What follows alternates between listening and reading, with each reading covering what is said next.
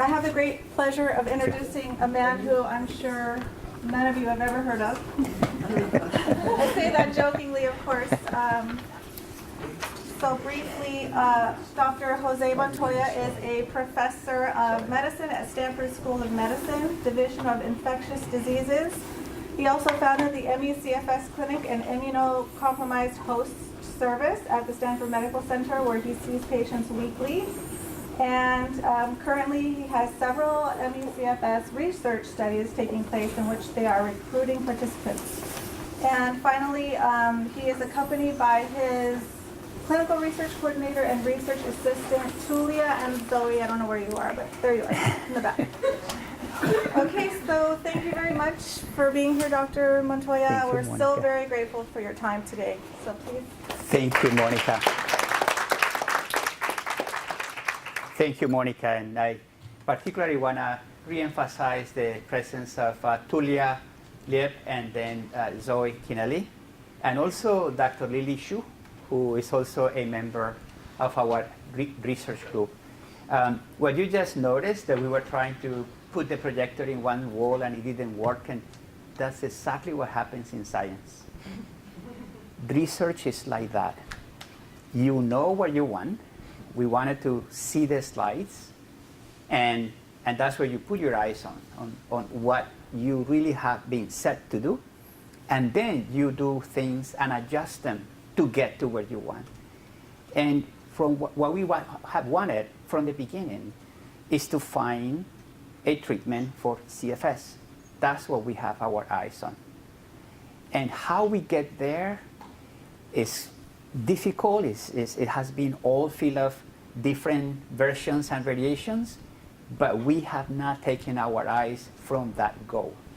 And to get to find effective treatments for ME/CFS means that we need to have diagnostic tests, that we need to understand the disease, and then we can start the treatment. But just what you saw here, we knew we wanted to project on a wall. That was the goal. And it didn't matter that there were the obstacles that we just saw and faced, and we did it. So that is going to happen to ME/CFS as well. And what I would like to share with you is our journey at Stanford.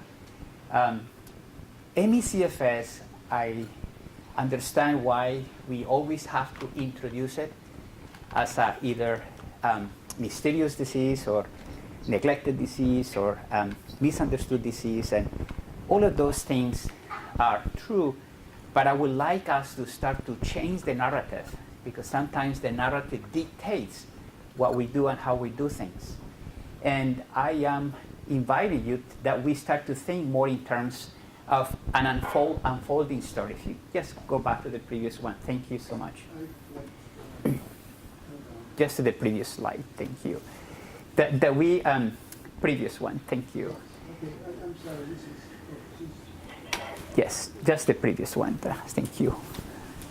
Sorry. Yeah, it was giving you The previous one. here. I see. Yeah. It's giving you automatic. Yeah, so we need to get. Oh, it's probably here. Change for you guys? Yes. I have a small picture of Dr. Montoya. No, this is needs to zoom out. What? And then, Okay. yes. Okay. Thank you. Thank you so much. Okay, now that. Oh, it's still? Yeah. I can hang back here. Okay, thank you. So that we start to think more of a story that is evolving, where scientific discoveries are taking place. So it's not anymore an illness where no one, or very little was happening. There is a lot of things that are taking place in ME/CFS, and we are getting closer to understand what it is. We are getting closer to a diagnostic test and effective treatments. And I want to share with you the good news that in our Stanford clinic, we have a group of patients, a growing number of group of patients that with interventions for specific ones, for those specific patients, they are significantly improving. So it's becoming more about finding the right treatment for the right patient. It's similar to, for example, when we have a syndrome in conventional medicine called pneumonia. Pneumonia is a syndrome where all patients cough and they have sputum production, and sometimes they have fever, others will have a white count. And behind that syndrome of pneumonia, there are different organisms, different causes, and they will need different treatments. And still you could do symptomatic treatment to improve the symptoms, but the actual root at the cause of the pneumonia will be the one that takes that disease out, but at the same time is different from different patients. So I think that that's where I see going ME/CFS to a group of organisms or a group of symptoms that will be different treatment for different patients. Let's do the next one. Oh, this is the team, sorry. Let's go back. I'm very proud of the CFS team that we have. You can see here Tulia in the back, Zoe with her very proud posture, Dr. Shu. We have Don Garber, our statistician, Amity, our PA, and these are summer interns. Art Mirin has participated in some of our activities. So nothing of this can happen, obviously, if you don't have a team that works with strength. At the same time, we collaborate with other teams that stand for immunology, neuroradiology, GI, cardiology, exercise physiology. But you have scientists from different walks of life, but the point that I made of where you have your eyes on, under a single vision, understanding what ME/CFS is so that we can find the diagnosis and the treatment. Let's go to the next one. Thank you for helping. So as you are very painfully aware, ME has been viewed as a mystery disease for over 35 years. Please, next one. They have been accused of patients imagining the disease. Next one. Psychological. Next one. Results of stress. Next one. And biological disease, but without an unknown pathogenesis. So I think that we now are progressing to this, and within this, biological disease, with starting to better be known pathogenesis. Next one. And for many years, medicine did this. They just put their head in the ground. However, this has turned around, and the next one, as because the repair of this tragic view in clinical judgment started to really take a historical turn. Next one. One in December of 2014, when the NIH produced what we call Pathways to Prevention, an entire resolution, the National Institute of Health saying ME/CFS is real, is biological, and it needs to be researched. And the second big one is the so-called Institute of Medicine report in 2015 with the same conclusion. I cannot emphasize enough the importance of these two positions. And following this, the CDC, the FDA, Centers for Medicare and Medicaid Services follow and clearly stated that this was a disease not only that was real, but needed to be researched. Thank you for helping again. And I want to just say a brief word about the National Academy of Medicine. This is an organism that has been in the United States since 1863 and is the official body that advises on issues of science, technology, and health. And the National Academy of Sciences have three primarily, including engineering and medicine. And the medicine used to be called Institute of Medicine, and now it's called the National Academy of Medicine. So this is not the government, this is outside the government, and they advise on anything that has to do with science, technology, and health. And then the next one, and then out of that report, the next one, is that we come now with a very straightforward initial approach on how to diagnose ME/CFS.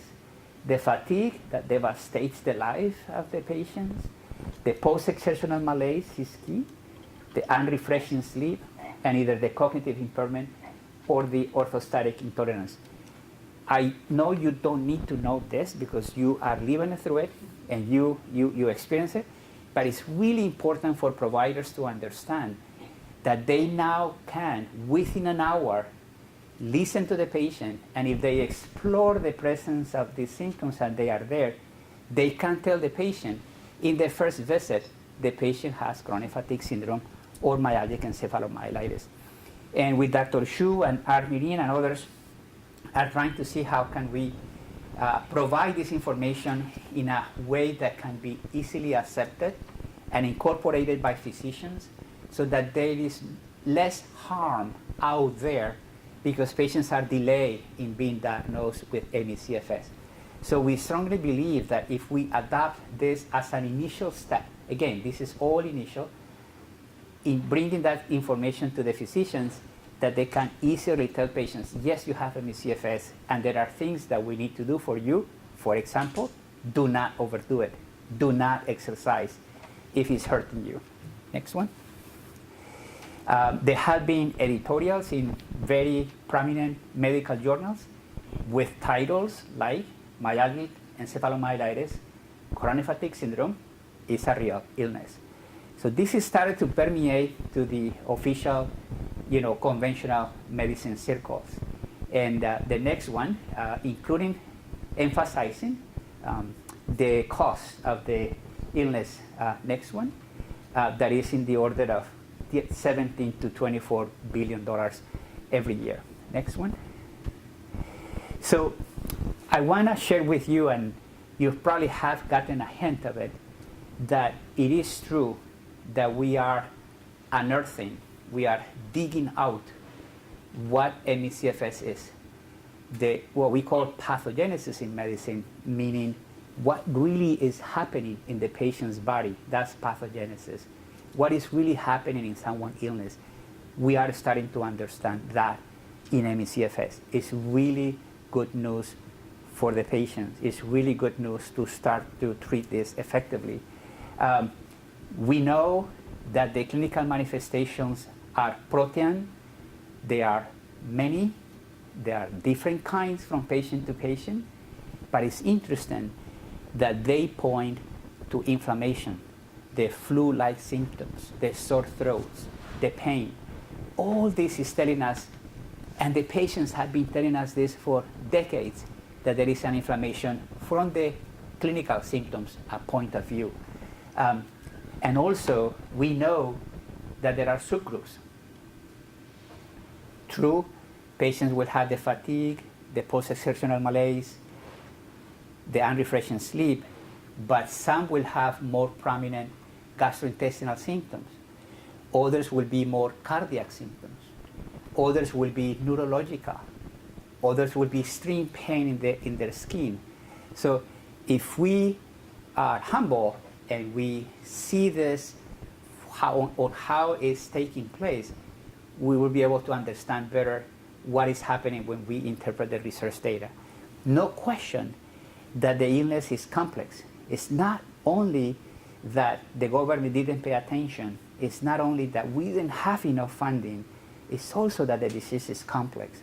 And also, if we start to apply being candid about it, looking at the data as they are coming with several teams under a single vision. And the other great news is that we are using technology that was not available decades ago.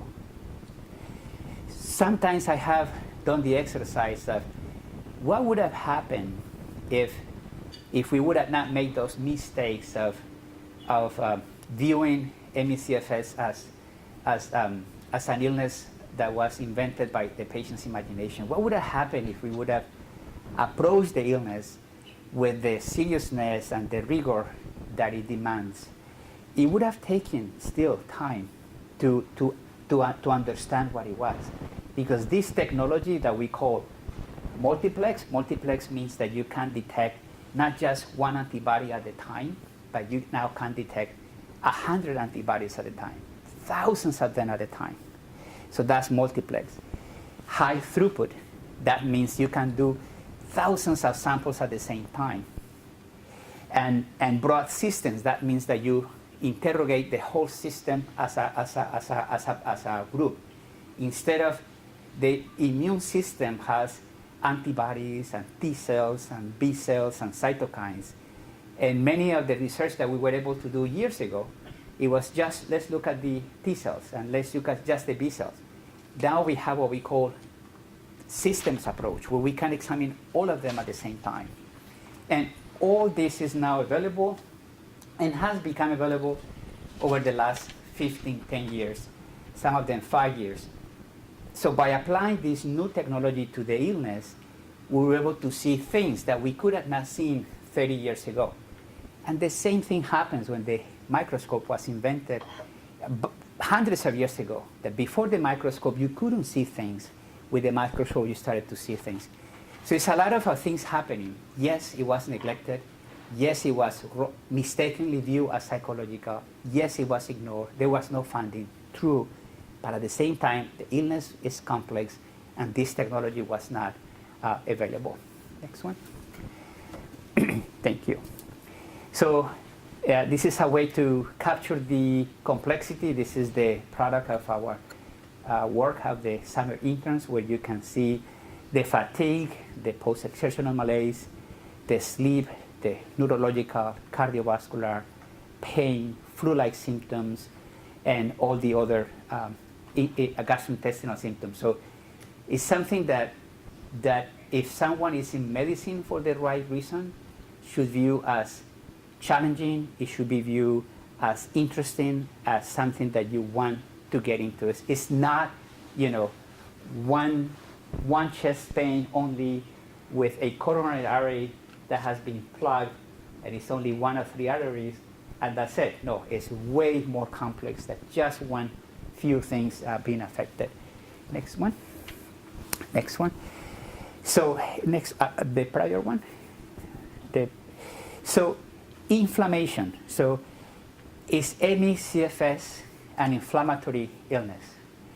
And the inflammation is now currently, as we speak in medicine, viewed as the source of many diseases, even heart attacks, even a heart attack, that we saw it as a mechanical issue of an artery being clogged. There is something clogging the artery, and then the person gets the chest pain. Even heart attacks are now being viewed as inflammatory. Migraines, inflammatory. Depression, inflammatory. So it looks like inflammation is creating lots of illness and with different phases in humans. And so the question will be valid, is ME/CFS inflammatory? And this study that we published last year, next one please, thank you. It was based on the fact that patients were having these flu-like symptoms, and they were ongoing, and they were clearly coming from inflammation. However, when inflammation was measured through conventional tests like erythrosedimentation rate or CRP, and the doctors will tell you that, but your markers for inflammation are normal, people were having that conflict. If the patients have inflammation symptoms, why these tests are normal? But there were only 2 tests trying to measure inflammation. Next one. And we did a study where we took close to 200 patients and 400 healthy controls, and we found that 17 cytokines correlated with the severity of the symptoms. So it's really important in ME/CFS that you have a good sample size, because many times it's okay to, if you start to do the work, it's okay to have 20 patients when you're starting to do the work, or 20, or 30, or 10, or 15. But it's really hard to make anything big when your sample size, when the number of patients is very small. So what we did here is we tried to overcome that barrier, that the sample size, the number of patients will not be a limitation, and we took 200, almost 200 patients, and 400 healthy controls, so that we could erase any doubt that whatever we found was not that reliable because we didn't have enough number of patients. That not only allows us to have a statistical power, but also allow us to see the severity. Because we have 200, we were able to have enough patients with mild disease, moderate disease, and severe disease. And that really is what allows us to see this, where these are the controls here for each box, for each cytokines. The first group is the healthy people. Then you have the mild CFS, moderate CFS, and severe CFS. And it was just fascinating from the point of view of science. And we will never forget that morning. It was a springtime in California when we saw these results. And we were just mesmerized because it really was telling us something big that had not been found before. And it was that the more severe the CFS, the higher was the concentration of these 17 cytokines. That had not been seen before. We were really excited, and we knew we had something big on that morning because it was correlating something biological with the patient's symptoms. And if you hit her next, please, and out of those 17 cytokines, 13 cytokines were pro-inflammatory. So what you were experiencing as symptoms got worse the higher those cytokines were, and those cytokines were calling for inflammation. So I didn't need to tell you, you were right all along, but you were right all along. All these things that you experience as pain in your joints, in your muscles, many of you say, I feel my brain fire, I feel the flu-like symptoms, I feel the sore throat, is coming correlated with these cytokines. So it's something that is not only a biological fact, but it also correlates with the presence of the symptoms. And Well, what do you think causes inflammation? we don't know yet what is the source of inflammation, but this is huge because at least we can say it's not my imagination creating the illness. It's an inflammation that I have that is being behind my symptoms. And I want to remind you that there are other classic inflammatory illnesses in medicine for which we don't know what the inflammation is coming from. Lupus, systemic lupus erythematosus, rheumatoid arthritis, multiple sclerosis. Multiple sclerosis is well known to be highly inflammatory in the brain. Yet we don't know what causes multiple sclerosis. So often it's interesting because often I have to argue with some of my colleagues who want to hold ME/CFS to different standards than the other diseases. So why we cannot establish ME/CFS as inflammatory when we don't still yet have the cause? When other illnesses have been established as inflammatory, yet we don't have the cause for them. But we are trying to find out what the sources of inflammation are. Next one. And I show you the 17 cytokines, 13 of them were pro-inflammatory. And if you start to group them by certain patterns, it start all makes sense. Very common, the ME/CFS patients complain of allergies, hypersensitivity, reaction to drugs is very high, and things that in medicine, conventional medicine, we don't have in mind, like tiny doses of a drug will cause a huge reaction, a mast cell-like activation, and all that could be coming from IgE, from eosinophils, from mast cells. And there are 4 cytokines, this CCL11, IL-4, IL-5, and IL-13. Those 4 cytokines that go up with severity that have to do with hypersensitivity, allergic reactions, mast cell. So things start to make sense for an illness like this. Next one. Next one. So remember that for us to have made this observation at this finding, we took blood, peripheral blood, right? And there was an intern that came to work with us from Northeastern University in Boston about 4 summers ago. And we were very excited with this data. And we were looking at the patients studying at the brain fog and the cognitive issues. So we knew maybe the brain has a problem. And we had the findings of the cytokines, very exciting, in the blood. But the patients were telling us, not only I have inflammation peripherally, but I also have symptoms in the brain. And we were asking the question, how can we connect peripheral blood inflammation with the brain? And that intern who came from Boston gave us the hint in our group. Very young, very sharp. Her name is Tulia Lieb, and she's actually in the back. And next one. And that's how science happens. You know, she comes eager, very smart, very highly recommended. And then right there in front of us, she says, have you thought about this? We go next. So she pointed to us to this data that basically what you do is you take inflammation that you can cause in the blood with something called LPS. And LPS is lipopolysaccharide. That's the component of the cell membrane of bacteria that when you put it in blood causes lots of inflammation. And they gave it to mice, and then they cause peripheral blood inflammation. But when they injected another cytokine called leptin, leptin in that inflamed mouse will open the blood-brain barrier and allow the inflammation to go in. And so it's possible to induce inflammation in the periphery and then have the inflammation entering into the brain through this cytokine called leptin. And if you look at in the back slide, if you go back, leptin and another one. Leptin is one of the, another one, thank you. Leptin is one of the cytokines that increases with severity.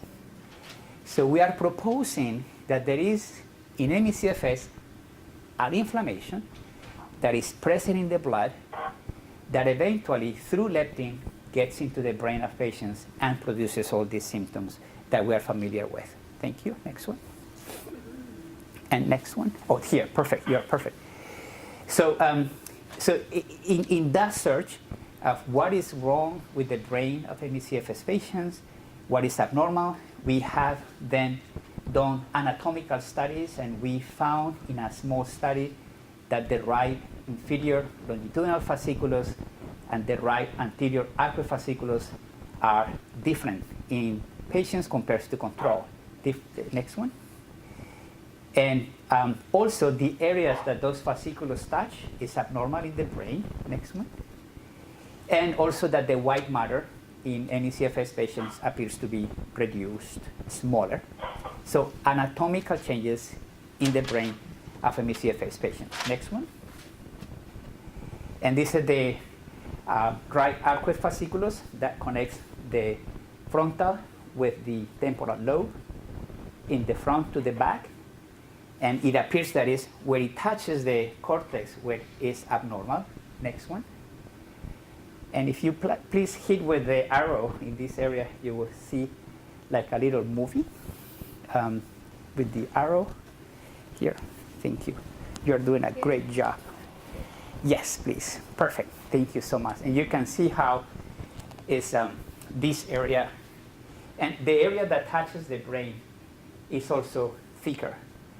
And we are hoping to validate this because there is a possibility that we can have a biomarker in the way of an MRI in ME/CFS if we validate this study. Next one. And these are the areas of the brain that it touches that is thicker. Next one. And so remember, inflammation in the blood we found to correlate with severity. Then Tulia Lier came in our lives and they connected us with the brain.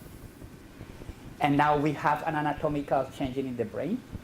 And there is already one study showing inflammation in the brain like per se. So this is a study from Japan that shows that if you inject a tracer in the blood that goes to look for microglial inflammation, you find microglial inflammation in ME/CFS patients.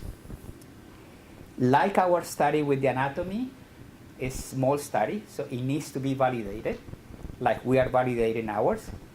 And the amazing thing is that in this study with inflammation, the worse were the symptoms, the cognitive impairment, the more was the inflammation. Again, suggesting that we have something real. Next one.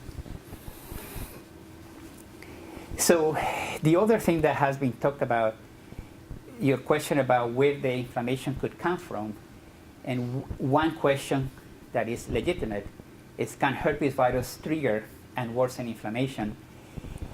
And why herpes viruses? So herpes viruses, we have 8 in human, from 1 to 8.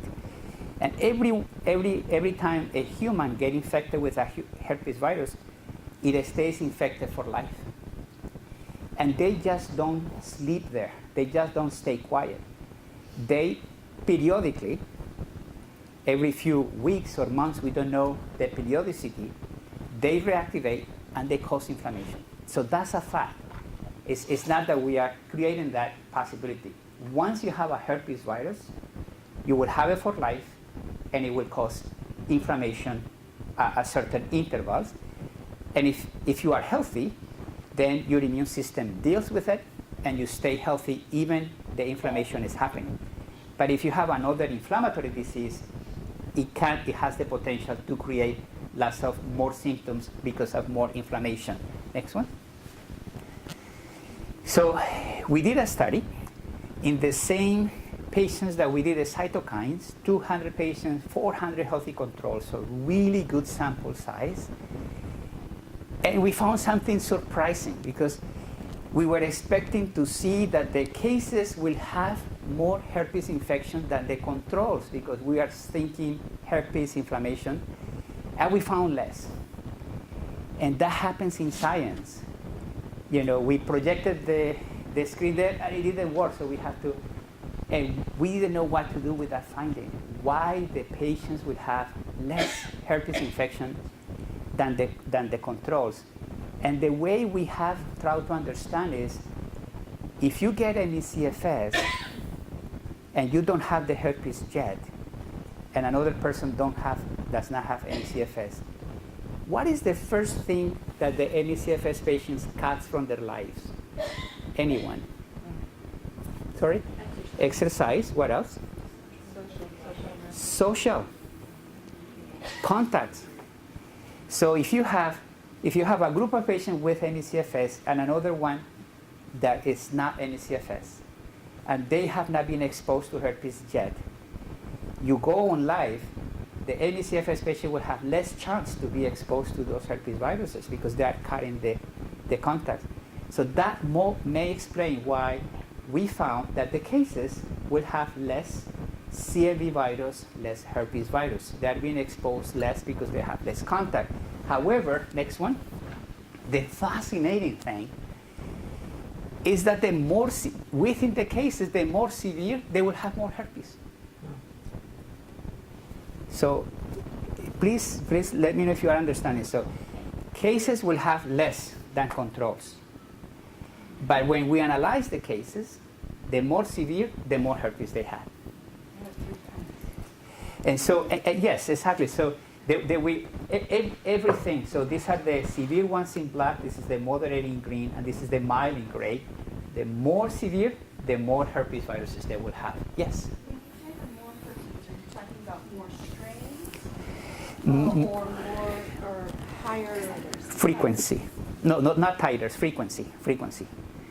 So if you have CFS patients and they have CMV, so the milds will have 20% CMV, the moderates will be having 35%, and the severe will be having 50%. It will be proportion of patients infected. More patients will have the CMV or the herpes viruses. Next one. And this may explain why we have been successful in a group of patients with the use of antivirals, like valganciclovir. Next one. Next one. Next one. And we have shown in several studies that the patients may be sick all the way to 20 years or longer. And when we get the drug, they have this dramatic improvement. We probably made a mistake in saying that only the high titers will improve, because since then we have found that even with normal titers or low titers, there is the potential of improvement. Part of that is that the laboratory that was measuring the titers changed the scales. So we think that still that could have been possible if we have reliable scales to measure the titers. Next one. And then we have also found that the duration appears to be important. Next one. Next one. Because the longer the patients take the antiviral, the better is the response. Next one. Next one. And we did a randomized, double-blind, placebo control. That means you have a group of patients who take the drug and another group who takes a sugar pill that looks like the drug. So it's placebo. Double-blind, nobody knows who's taking what. Next one. And we found that, for example, the cognitive, these are the patients who took the drug who by chance were having lower cognitive than those who took the sugar pill. And you can see the ones taking the valside, not knowing that it was the valside, the cognitive improved significantly. Whereas in the placebo, they started here and they end up there. So they were not significant in the cognitive. This is the fatigue severity scale, where clearly the treated patients have much more improvement in that. I wish when we did this trial, I would have known the importance of PEM. And I am very grateful to Dr. Lily Xu, who has taught us about PEM. Because what happened in this trial is very telling. There were patients on the drug when we broke the code after the fact, who actually were getting better, but they started to overdo it. And so when we scored them, they were scoring less than we could have scored them. So the trial could have shown even way more distance. And this is something that we need to bring awareness for those who want to do clinical trials. That if they don't take into account PEM, they are bound to show that drugs that probably are known to work will not be showing as working. So that is extremely important. Next one. And in the same trial, we showed that, next one, that cytokines also improve in the patients who take the valside. So valside not only is anti-herpes, but it's also immunomodulator. Next one. And so we have clearly patients who have these herpes viruses like shingles or genital herpes, and not always it can be shown, but in those patients it's very likely the antivirals will help. Next one. So the way we are putting it all together is that there are many triggers of inflammation, and in this case I'm only showing the infectious diseases options, but there is no question patients have developed chronic fatigue syndrome after influenza, shingles, Epstein-Barr or mono, Q fever, parvovirus B19. There is no question there is a bad infection, huge trigger of inflammation. Next one. And if you are normal, your immune system protects you and you go back to healthy. Next one. But something happens in any CFS patients where that same immune response is followed by a perpetuated abnormal immune response with fluctuations. Next one. Next one. So what happens from being supposedly protective to being bad, like in any CFS? Next one.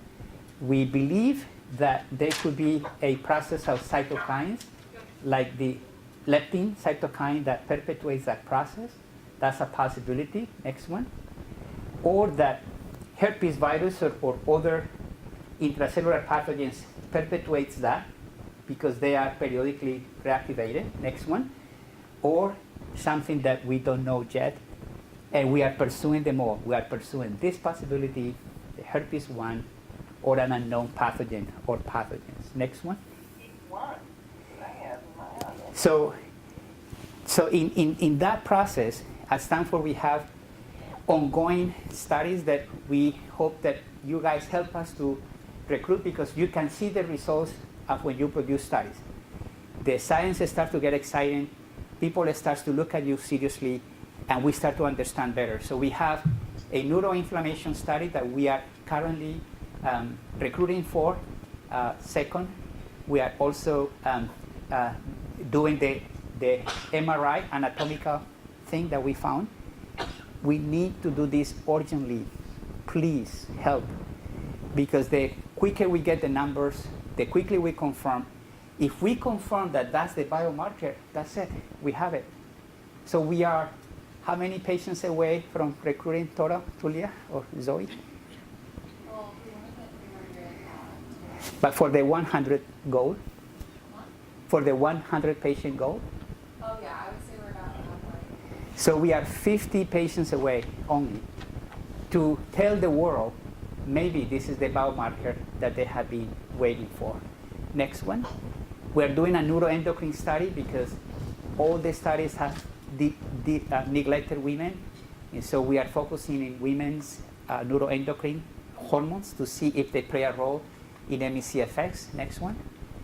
And then we have a tissue and brain bank where we take any tissues from ME/CFS patients, and hopefully we will not take any brains. You can have mine. No, but I don't want it anymore. after we'll take your brain when you become 100 years old. Okay. Next one. And then we have a chronic Lyme disease. We're trying to understand if chronic Lyme disease is like chronic fatigue syndrome. We're trying to, but we need your help in getting and we do all that with respect to the subject, to the participant. We all that IRB approved, ethical committee approved. We all do that properly. And the final one, and I just was in Ireland about less than a month ago, where there is a lot of patient activism and groups like you guys. So it's refreshing to see in all parts of the world, seeing patients taking command of what they should have been done for them many years ago. So it's happening all over the world. Final, next one. Next one. And so I just want to say this beautiful statement that I see at the Stanford Church. Is a non-denominational church. So you can go pray there if you are a Buddhist, Catholic, Muslim. It doesn't matter, Protestant. And the next one, it says there, and if you hit the next one, it says there that we must not desire all to begin by perfection. It matters little how we begin, provided we be resolved to go on well and end well. Same way that you had that slide problem over there, we knew we wanted to project end well, and we did it. The same thing is happening in ME/CFS, and the same thing will happen with us in ME/CFS, identifying the treatment. And it doesn't matter who does it. It does not matter who does it. Just let's get it done. Thank you.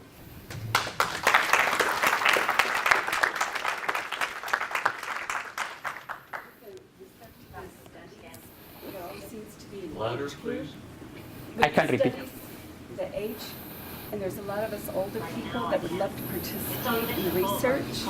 Yes, so the question is about the age, and that because of the neglect. Dr. Montoya, could you be closer to the computer so we can... Yes, the question is about the age because of,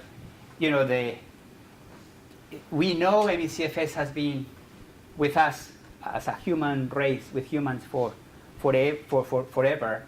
But we know that there was an explosion of cases in the 80s. And those who were around 30 in the 80s clearly now are 65, 70, at least 60. And so that in the studies, we need to pay attention to also capture patients at older ages. It's a tough one. And one of the things, for example, in the MRI studies, in the brain MRI, we will be heavily criticized if we take patients who are 65 or older, because we will not be able to distinguish the effect of age in the brain with those of purely the ME/CFS. So this is what I love to come to these places, and I am very grateful to Monica Zavala for having invited us, because you just gave me another thing to think about. So we'll find a way to also address the issue. One thing that we started to do 2 years ago was to pay more attention to the severe patients. And we have studies for the severe patients. And we need patients with severe disease to please participate in the studies. Otherwise, we will not be able to provide the data for that group of patients. But thanks to you, we're going to pay attention to the patients with older ages. And we'll come up with something that will make sense for that. But the patient who has had the disease the longest, who has recovered with the treatment approach that we have. So we have anti-herpes drugs and anti-inflammatory drugs at the same time. And I hope to be able to do a study, randomized trial. But in the meantime, it does work for groups of patients. The patient with the longest illness that we have been able to help is 40 years with the illness. And the next one, 30 years. And they are like 60, 65, 70. So the treatments will work as well. Yes, Dr. Chu. Yeah, so I just wanted to go back to the point about included for the studies. It's really important, because I don't think the public understands, I don't expect people to, that the biggest stumbling block of studies, not just in the CFS, some studies have had to be stopped, not in the CFS studies, but other studies, because they didn't include enough patients. The second thing is, if you have a family member or a friend who's healthy, consider asking them to be a control, because we need controls to compare people who are sick to people that aren't. The third thing is, if you're a minority, ethnic minority like me, I'm Asian, it's really important that you participate in these studies, because almost all ME/CFS studies, like over 90% of the subjects are self-identified Caucasian people. And the problem with that is, if you have findings that are based only on one or primarily on one ethnicity, you don't know if those results are when who's not in that ethnicity. We also know that treatments can differ in many other diseases based on ethnicity. And my last point about age, I happen to be a geriatrician. That was my original background. So I have talked to Dr. Montoya about primary care people. But the issues with people who are older are, as he said, even in the regular literature, like cancer literature, people who are older than 65 are the greatest risk for cancer, and yet most studies for cancer don't recruit people over 65. Just giving you some context there. No, thank you, Dr. Chu. So Dr. Chu makes the point that it's not only ME/CFS that suffers from low recruitment, but many studies get closed because there are enough participation. And yes, participating in studies is even the small incentive that we give financially does not compensate for the extra effort. But please, let's make not that for ME/CFS. We need to show that institutions like Columbia and Cornell and NIH now and Stanford, Harvard recently, that are serious in doing the research, will have the data to show what the disease is.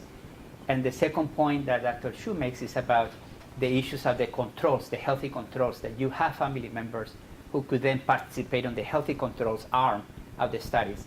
And the third is on the minorities, because almost all of the data is coming in Caucasians, that all of you who have ME/CFS, who have some kind of minority aspect, that please participate, because that will help also to have enough data for those groups. And the last point about the age of the elderly, that it happens in the other studies as well. And it's true, Dr. Chu, as an internist, as a master in public health, and a geriatrician, has always advocated for participation from these patients groups. Thank you. Yes and yes. What's the contact information if you want to ask these people to So, Tulia, loud, contact information for the studies, please. Loud, please. We brought flyers and we'll pass them out. Can you give also the phone number? Right now. Yes, please. Okay. Oh no, in the flyer. You don't have it on the flyer? No, it is. Isn't that the 8126? Okay. Okay. Yeah, it's 650-6 723-8126. 723-8126. 650-723-8126. Thank you, Zoe. Yes, and we'll give you flyers. Thank you so much. Caroline? Hi, I'm wondering, to do the MRI study, would you prefer that subjects discontinue the anti-inflammatories like LDN and so forth? Would it show a different result? So key question for the MRI DTI study, do we recommend that the patients interrupt the anti-inflammatory drugs like LDN, because will that show different studies? We take that case by case. We obviously don't want patients to be hurt by stopping drugs so they can participate in the study. We do not advocate for that. So we will take you case by case for that reason. Thank you, Caroline. Yes? On one of your slides, the one that was showing the improvement with the Yeah. antivirals, there was an arrow that said initial worsening. Do you typically see patients worsening first? Thank you for asking that. So the question is, in one of the graphs, we show that on the patients were really with the disease for up to 20 years in that case, and then when they started the drug, we have an arrow there showing initial worsening and then the improvement. That's what we saw at the beginning, that the patients will go through that worsening and they will be improved. And this is the thing when you work and you don't work by preaching, by giving a sermon to patients, but you work as a team where you are willing to learn from everyone, and most importantly the patient. So it was one patient who taught me that you didn't have to worsen. So originally, to do the study on valganciclovir, Valside, I had to use the big doses that the FDA had approved the Valside for, of like 900 twice a day for 2 weeks. I had no choice. The FDA, if you want to use this drug from this syndrome to another syndrome, you have to go by what is approved. So that's what I did. So we saw lots of the worsening like that. Until one patient came months after I had prescribed that dose and said, I'm better, I'm grateful to you, and but I need to share something with you. I didn't take the drug with the dose that you gave me. I took just way much less of the drug, and now I'm much better, and I didn't get worse. So we misled the field by saying you have to get worse before you get better, but it's not the case. You can get better, significantly better, without getting worse. So that thing, what it says, no pain, no gain, is not true for CFS. Yes? I have a question, because I've heard that ME/CFS affects the female race a little bit more than the male race. Mm-hmm. What is your experience with that, and is there truth behind that? And if so, why do you think it would affect? So the key question is like the ME/CFS being more prevalent in females than males. Do we see that? Is that really true? And if it's true, why? And so a lot of things, right? Almost in every study, it keeps coming 75% females, 25% males. Some people like Dr. Komarov says that might be simply representing more like that more women are being cared primarily for, that more women are consulting, but not true that more women get it. However, there appears to be something biological there. So the other diseases that we talk about that are inflammatory, like lupus, multiple sclerosis, they also favor females. There is more prevalent in females. So it looks like there is something about inflammation that is more prevalent in females. And we got so excited because when we found the cytokines, remember that I showed you the leptin? The leptin? The leptin comes from fat cells, from adipocytes. And females have different adipocytes than male, or if they're the same, they're differently distributed. We're not talking about who's superior to who. We're just simply saying the fat distribution is different. And in lupus, they have found the leptin as well. And they have advocated, they have said, maybe the reason lupus is more frequent in females is because of the leptin coming from the adipocyte. And we found the leptin.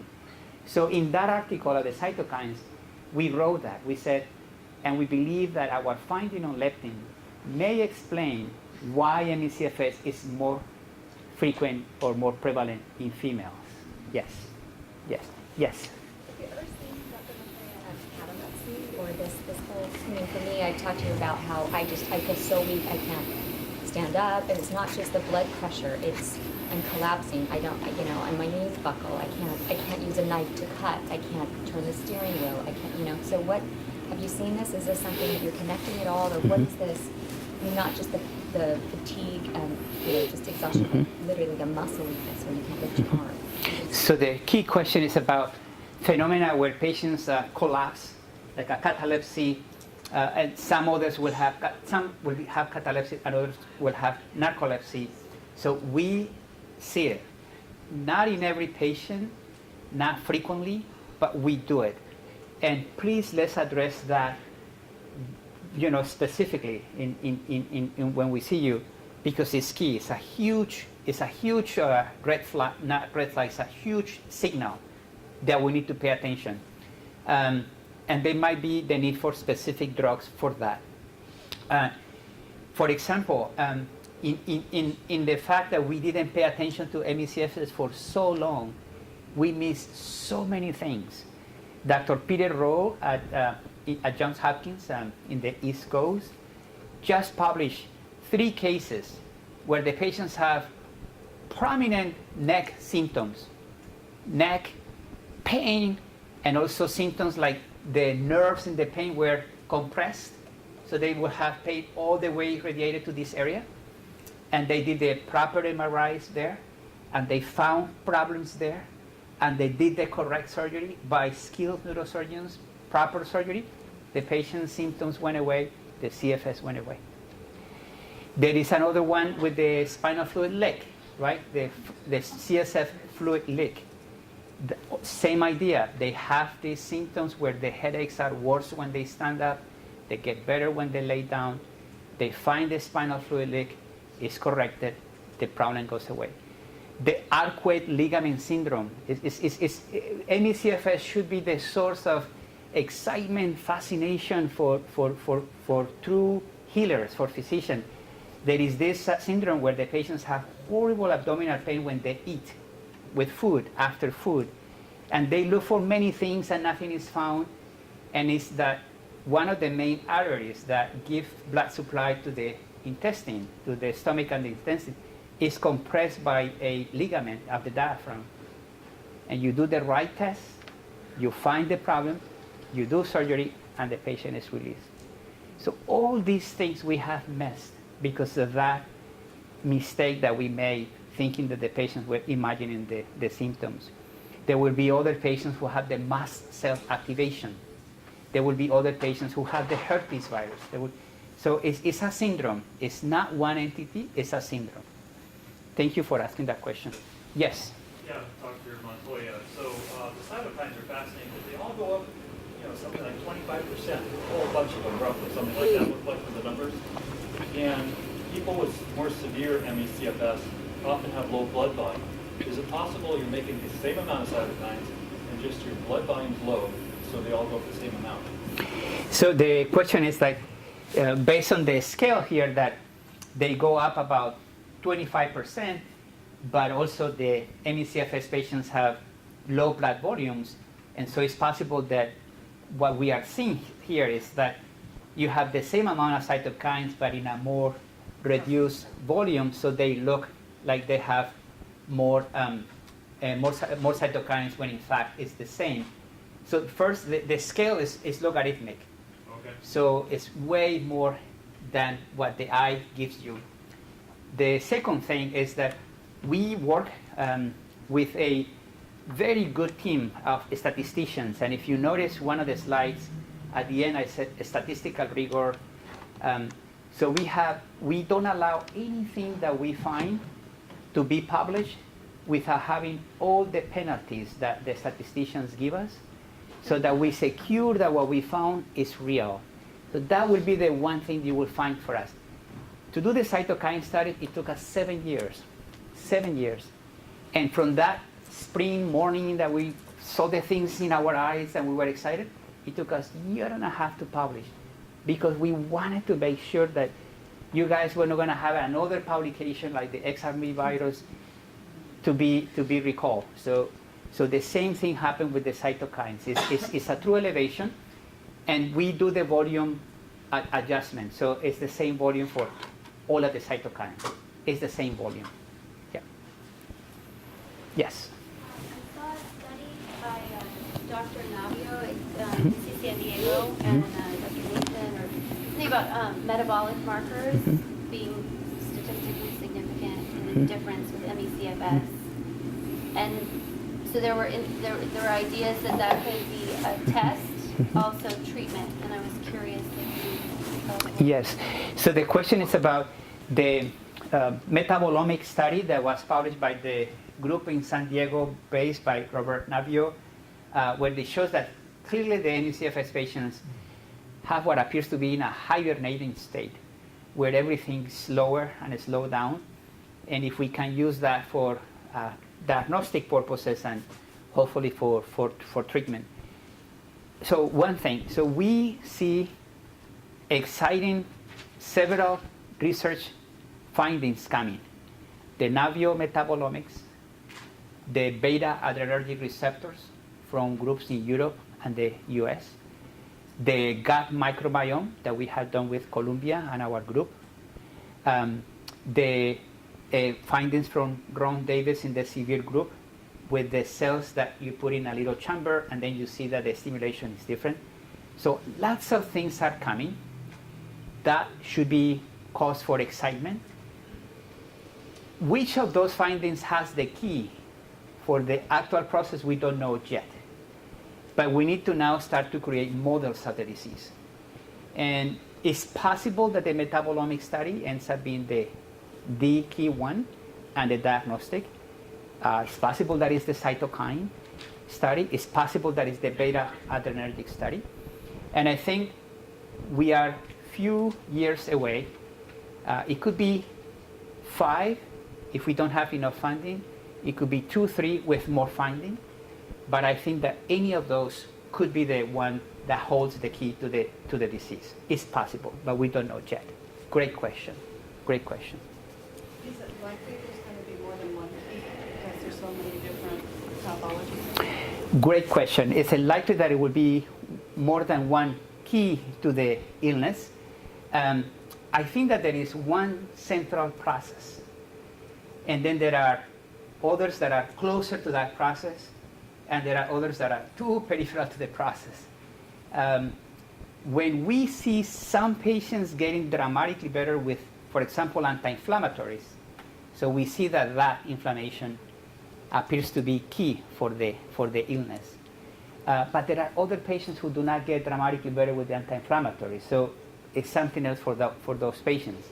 But I still think that we have the hope to find something that underlies all of them. Yes. Yes. The question was raised about the muscles being weak. Has anybody talked about the heaviness that you feel? Not the weight on the scale, but the tenseness of your body?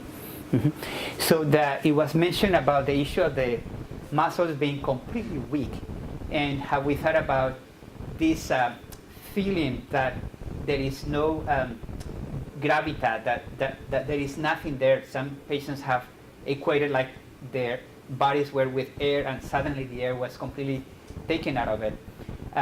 We don't know where to place that yet. We don't know. If it's something fighting in the brain that gives you that sensation, something in the muscle, something in the mitochondria, we don't know yet. Yes. There was another.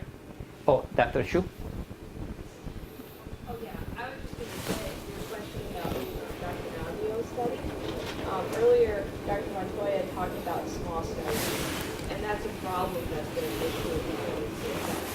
There's always been promising studies here and there everywhere, but they're in small numbers, and what we really need to hack down the treatment work, if that's the real reason why something's happening, is we need multiple studies for multiple groups, ideally in hundreds to thousands of patients. And part of the problem with CFS is the prejudice, the funding, and just if you have 90% of people who still aren't being diagnosed, just people knowing they have this particular type. But that's what we really need to see. And some people here might know about this. Both Dr. Montoya and I are part of an NIH group looking at different recommendations for research in the future. And so I was part of the biomarkers group, and so we had people who were doing the metabolic effects, like Dr. Hansen, Dr. Davis, and their conclusion was that even though this is a promising area, Yeah, apologize. no one or two Yes, apologize for the hiccup. we all agree on yet. We want to promote more research in that area, but we still have a ways to go. And that's a good point from Dr. Shu that Can you repeat the question? it's a comment from Dr. Shu that in looking at the studies, it's important to pay attention to the sample size. And obviously, to have a large sample size is way more expensive. But sometimes you could have things that are important in a small sample size, but you need to corroborate that in a larger sample size. For example, if we would have done the Keep cytokine searching for study volume control. with 20 patients, we would have not found the correlation with severity. It was only possible because we went to 200. And sadly, we're probably going to have to start as that of CFS studies that they have for validation sample size of 200. Otherwise, you will be not producing things significant to advance the science.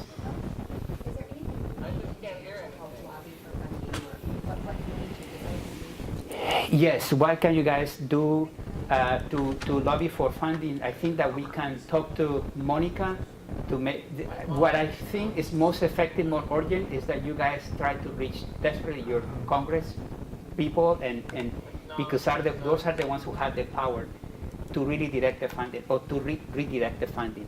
I think last one, Dr. Azarov. Dr. Montoya, thanks very much. Wonderful presentation. Thank you. This is a two-part question. One, just to comment, just picking up on this issue of samples and sample sizes and so on. One of my huge frustrations has been that until very recently, and even now, many of the samples are selected without reference, for example, to the post-exertional malaise criterion.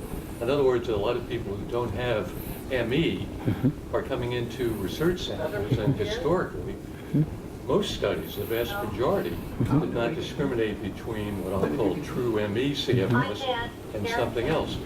So that's just a frustration. I know you share that frustration as well, but it makes much of the historical research useless, or largely useless. But my question is on this immunomodulating effect of the herpes drugs. Could you say a bit more about that? Because that's very Right. So the issue, the Can you repeat the PEM, question? so one comment that the PEM has not been always taken into account in the study, so you may be doing studies on patients who may not even have ME/CFS. It doesn't apply to all the studies, but it's correct. And the classic thing was this study with the CBT and the gradual exercise therapy, the GET, where they had the Oxford definition, and there were patients who even didn't have ME/CFS. So it is correct. And the issue of the immunomodulatory effect of anti-herpes drugs is only one. So we have oral, we have now 5 anti-herpes medications. One, acyclovir, valacyclovir, famciclovir. And those 3 don't have immunomodulatory effects. It's only the valganciclovir or Valcide that decreases microglial inflammation and also affects T cells, makes T cells less active or modulates them, and changes the cytokine profile. So we showed the cytokine profile, and another group showed the microglia, and another group showed the T cell. So that applies only to the valganciclovir. And the 5th drug is a recently approved drug by the FDA, letermovir that only is for CMV. Is there one of those antivirals that you would recommend that seems to be more effective for those of us who have a very strong viral component? It's best to start with a cyclovir, soft, small, and then Valcyte or valganciclovir. Okay, just one last one. I just wanted to answer Jay's question Yes. before. Yeah. With our data on the, that you were seeing with the cytokines up there, actually, we asked about post-exertional two ways. So first, we asked people simply if they had post-exertional malaise. And secondly, I went back and I asked in detail what symptoms you get when you exert yourself. And we found that over 95% of the subjects in those studies qualified for having PDM either way. Whether you're not being, straightforward about PDM.